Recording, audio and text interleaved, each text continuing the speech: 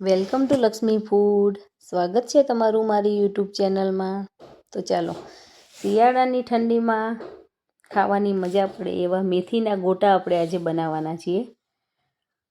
તો તમે દરેક ટ્રીપને ધ્યાનમાં રાખજો. તમારા ગોટા બહુ જ સરસ બનશે. તમે પહેલી વખત બનાવતા હશો તો પણ તમારા ગોટા સરસ બનવાના છે. તો એની માટે મેં અહીંયા શું શું ઇન્ગ્રીડિયન્ટ્સ લઈ લીધેલા છે એ બતાવું છું. અહીંયા મેં એક વાટકો લીલી ડુંગળી લીધેલી છે. આશરે 3 નંગ જેવી ડુંગળી છે. લીલું લસણ લીધું છે 7 થી 8 કળી જેવું. લીલા ધાણા મેં સમારી અને ધોઈને લીધેલા છે. હવે પાલકને મેં ઝીણો ઝીણો અહીંયા કાપીને લીધેલો છે. બધું જ લીલું શાકભાજી આવે એટલે આપણા ભજીયા બહુ જ સરસ બને છે.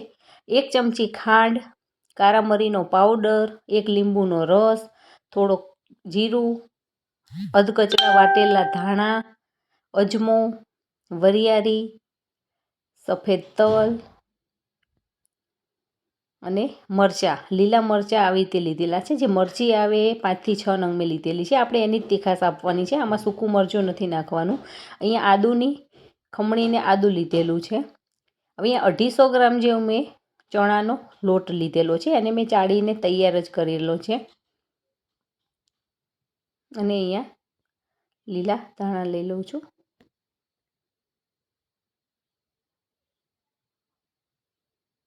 અને ટાટાના સોડા લેવાના છે, આપણે પાછળથી એડ કરવાના છે. તો ચલો, એક બાઉલની અંદર આપણે બધા જ શાકભાજી આવી રીતે લઈ અને મિક્સ કરી લેવાનું છે. 1 બાય 1 એક એક ઇન્ગ્રીડિયન્ટ્સ આપણે આમાં ઉમેરતા જઈશું અને સરસ મજાનું આપણું બેટર બનાવી લેવાનું છે. અહીંયા લીલું લસણ, આ બધા શાકભાજી તમને જેવા ફાવતા હોય એ પ્રમાણે પ્લસ માઇનસ કરી શકો છો. જો મેથી વધારે ભાવતી હોય તો મેથી વધારે લઈ શકો છો. એની જગ્યાએ સામે બીજું બકાલું ઓછું કરી શકો છો. આ લીલા મરચાં મારા તીખા છે એટલે મેં 5 થી 6 નંગ લીધેલા છે. તમારા મરચાં કેવા તીખા છે એના ઉપર આધાર છે. હવે અહીંયા આદુની પેસ્ટ લઈ લેવાની છે. આવું ઝીણું ઝીણું ખમણીને આદું લઈએ તો સરસ લાગે છે. મોઢામાં પણ નથી આવતી અને એનો ટેસ્ટ પણ સારો આવે છે. તલ, વરિયાળી, આ પણ અડધી ચમચી જેવું જ લેવાનું છે. થોડુંક જીરું નાખવાનું છે. જીરું અથવા તો શેકેલા જીરાનો પાવડર નાખો તો પણ ચાલે. અને ધાણાને પણ આવા અધકચરા વાટી લેવાના છે. એકદમ ભૂકો નથી કરી લેવાનો. મિક્સરમાં નહીં પીસવાના, નહીં તો એકદમ બારીક ભૂકો થઈ જશે. કારા મરીનો મેં અહીંયા પાવડર લીધેલો છે. આખા મરી અથવા તો તમે અધકચરા મરી લ્યો તો પણ સારા લાગે છે, પણ મોઢામાં આવે એટલે બાળકોને પસંદ નથી આવતા. એટલા માટે હું સાવ એકદમ પીસીને જ લઉં છું. એનો ખાટો મીઠો ટેસ્ટ આવે એના માટે આપણે થોડીક ખાંડ એડ કરીએ છીએ અને 1 લીંબુનો રસ લઈ લેવાનો છે. આનાથી ટેસ્ટ આપણો બહુ જ સરસ આવશે ભજીયાનો. હવે એની અંદર ટેસ્ટ પ્રમાણે મીઠું લઈ લેવાનું છે. અહીંયા આટલા શાક પ્રમાણે આપણે 2 ચમચી તો મીઠું જોઈશે. તમારું મીઠું કેટલું ખારું છે એ પ્રમાણે મીઠું એડ કરવાનું છે. અહીંયા હું 1 ચમચી ધાણા જીરું, સેજ હિંગ અને અડધી ચમચી હળદર એડ કરી લઉં છું. આમાં આપણે મરચાંનો પાવડર નથી એડ કરતા, સૂકું મરચું નથી લેવાનું. લીલા મરચાંની જ તીખાશ આપવાની છે. અને 250 ગ્રામ મેં લોટ લીધેલો છે. હવે આ બધાને સરસ પહેલાં મિક્સ કરી લેવાનું છે. અત્યારે આમાં પાણી એડ નથી કરવાનું, કેમ કે શાકભાજીમાં ઘણું બધું પાણી હશે. એ પાણી આમાં એબ્ઝોર્વ થઈ જાય પછી આપણે જેટલું જોઈશે એટલા પ્રમાણમાં પાણી એડ કરીશું. અત્યારથી નાખીશું તો કદાચ આપણું પાણી વધારે પણ પડી શકે છે. અને એકદમ ઢીલું બેટર હશે તો આપણને ગોટા પાડવાની મજા નહીં આવે, એમાં પછી મમરી થતી જશે. એટલે આપણે મીડિયમથી કેવું અત્યારે બેટર બનાવવાનું છે. તો તમે જોઈ શકો છો આપણો લોટ અને શાકભાજી બધું પરફેક્ટ પ્રમાણમાં લીધેલું છે. હવે ધીમે ધીમે આમાં પાણી નાખતા જઈ અને આવી રીતે બેટર બનાવવાનું છે. અને આપણે બને ત્યાં સુધી આને હાથથી જ આવી રીતે મિક્સ કરીશું. અને આને એકદમ હલાય કરીને ગોળ ગોળ એવી રીતે નથી મિક્સ કરવાનું. આવી રીતે હાથથી મસળતું જવાનું છે અને મિક્સ કરતું જવાનું છે. વધારે પડતું આપણે ફેરવીએ તો એ ચીકાશ વધારે પકડી લે છે.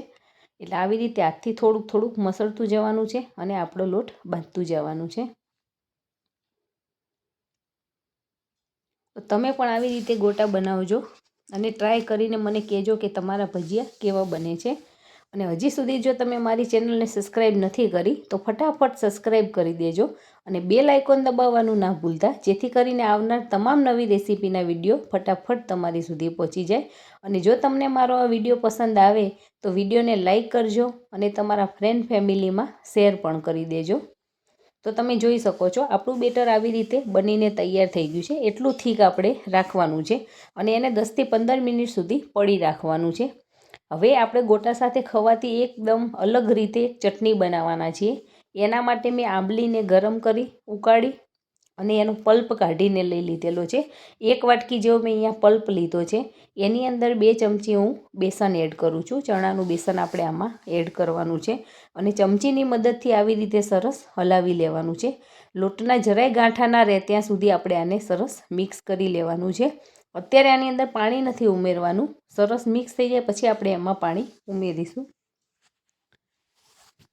આ ચટણી તમે બનાવજો, એકદમ મસ્ત બને છે. એકદમ અલગ જ ટાઈપની આ ચટણી બનીને તૈયાર થાય છે અને ગોટા સાથે બહુ જ મજા આવે છે ખાવાની.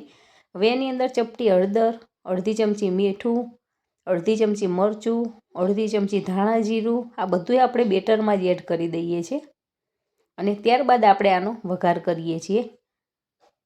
હવે એકદમ જાડું આપણું બેટર તૈયાર થઈ ગયું છે. આની અંદર આપણે થોડુંક પાણી એડ કરવાનું છે.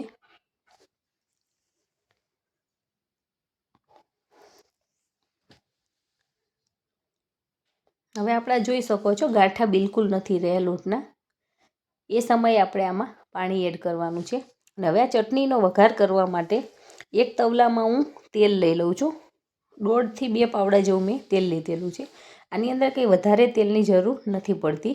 અને તેલ સરસ ગરમ થાય એટલે એની અંદર રાઈ, જીરું અને હિંગ નાખીને એનો વઘાર કરી લેવાનો છે. અને આની અંદર હું થોડાક સફેદ તલ ઉમેરું છું. સફેદ તલથી દેખાવ પણ સારો આવે છે અને એની ક્રન્ચીનેસ જે આવે છે ચટણીમાં એ બહુ જ સારી લાગે છે. એટલે થોડાક તલને પણ આવી રીતે નાખીને સાતળી લેવાના છે. આ બધું સરસ સતરાઈ જાય પછી આપણે જે આંબલીનો પલ્પની ગ્રેવી બનાવી છે એ આની અંદર એડ કરી દેવાની છે. અને આ જ વાટકીમાં આપણે થોડુંક પાણી નાખી અને હલાવી અને આમાં ઉમેરી લઈશું. અને આપણી ચટણી હજુ થીક છે, આમાં હજી થોડુંક પાણી એડ કરવાનું છે કેમ કે આપણે આને ઉકાળવાની છે. ઉકાળીશું એટલે ઘણી બધી જાડી થઈ જશે. એટલે થોડુંક પાણી આવી રીતે નાખી અને આટલા પ્રમાણમાં એને પાતળી કરી લેવાની છે. અને આ ચટણી એકદમ પાતળી નથી હોતી, થોડીક ઘટ હોય છે. એટલે હજી આપણે આને ઉકાળશું એમ ઘટ થતી જશે. તો તમે જોઈ શકો છો આપણી ચટણી ઉકળવા માંડી છે. 50% ઉકળી જાય પછી એની અંદર આપણે ગોળ ઉમેરી લેવાનો છે. એકલી આંબલી લીધેલી છે એટલે ગોળને પણ સારા પ્રમાણમાં જ ઉમેરવાનો છે. એકદમ ઓછો નથી ઉમેરવાનો. ગોળ અથવા તો ખાંડ તમે ગમે તે લઈ શકો છો, પણ ગોળ હેલ્થ માટે સારો એટલે આપણે ગોળનો ઉપયોગ કરીએ છીએ. અને આને હજી સતત 8 થી 10 મિનિટ ચલાવતું જવાનું છે. ટોટલ 10 મિનિટ થાય છે. અડધી પાકી ગઈ છે એટલે હવે 5 મિનિટ પકવશું એટલે આપણી ચટણી બનીને તૈયાર થઈ જશે. તો તમે જોઈ શકો છો ઉકળી ગયા પછી આનો કલર પણ એકદમ સરસ આવ્યો છે અને એની થિકનેસ પણ આટલી થઈ ગઈ છે. અને હજી આપણે ગોટા બનાવશું ત્યાં સુધી થોડીક ચટણી આપણી ઘટ થશે હજી તો. હવે 15 મિનિટ પછી આપણું ગોટાનું બેટર તૈયાર થઈ ગયું છે. જે સમયે બનાવવાના હોય એની થોડીક વાર પહેલાં જ આપણે એની અંદર સોડા એડ કરવાના છે. અહીંયા મેં ટાટા સોડા લીધેલા છે. એ અડધી ચમચી સોડા લઉં છું. અને આપણે જે તેલ ગરમ કરવા મૂકેલું છે ગોટા બનાવવા માટે એ તેલ લઈ લેવાનું છે 2 ચમચી. અને આવી રીતે બેટરમાં સરસ મિક્સ કરી લેવાનું છે, જેથી કરીને આપણા ગોટા એકદમ જાળીદાર અને પોચા બનશે.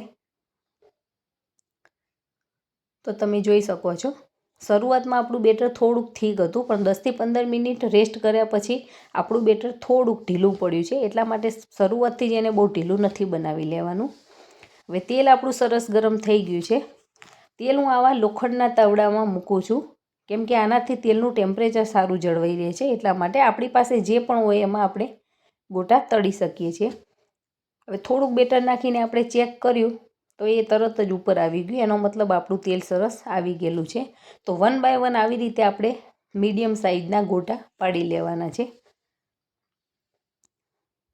ગોટા પાડતી વખતે આપણે ખાસ ધ્યાન રાખવાનું છે, એકદમ ઉપરથી નથી પાડવાના, નહીં તો તેલના છાંટા આપણા હાથ ઉપર પડી શકે છે. તો તમે જોઈ શકો છો આપણા ગોટા સરસ પડી ગયા છે ને એની જાતે જાતે ઉલટા થતા જાય છે. જાતે જાતે ગોટા ઉલટાઈ જાય એનો મતલબ આપણું બેટર એકદમ પરફેક્ટ બનેલું છે. અને આપણે આની અંદર આખો ફૂલ તાવડો ભરી અને ગોટા નથી ઉમેરવાના, થોડીક જગ્યા રાખવાની છે, કેમ કે આપણા ગોટા થોડાક ફૂલાતા જશે અને એની અંદર એને આવી રીતે ઉલટાવવાની થોડીક જગ્યા રહેવી જોઈએ, તો જ આપણા ગોટા સરસ પાકે છે. જો ફૂલ તાવડો ભરીને આપણે બનાવ્યા હશે તો ગોટાને ફૂલવાની અને આવી રીતે ફેરવવાની સરખી જગ્યા નહીં મળે, એટલે થોડીક આપણે સ્પેસ રાખવાની છે.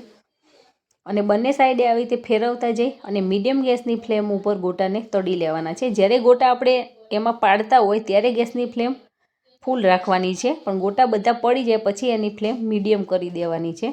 અને આવા થોડાક ગોલ્ડન બ્રાઉન રંગના થાય ત્યાં સુધી આપણે ગોટાને તળી લેવાના છે.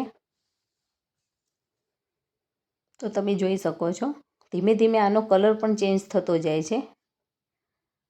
અને મીડિયમ ગેસ હશે તો અંદરથી પણ આપણા ગોટા સરસ પાકી જશે. જો ફૂલ ગેસ હશે તો ઉપરથી લાલ થઈ જશે અને અંદર કાચા રહેવાની શક્યતા રહે છે.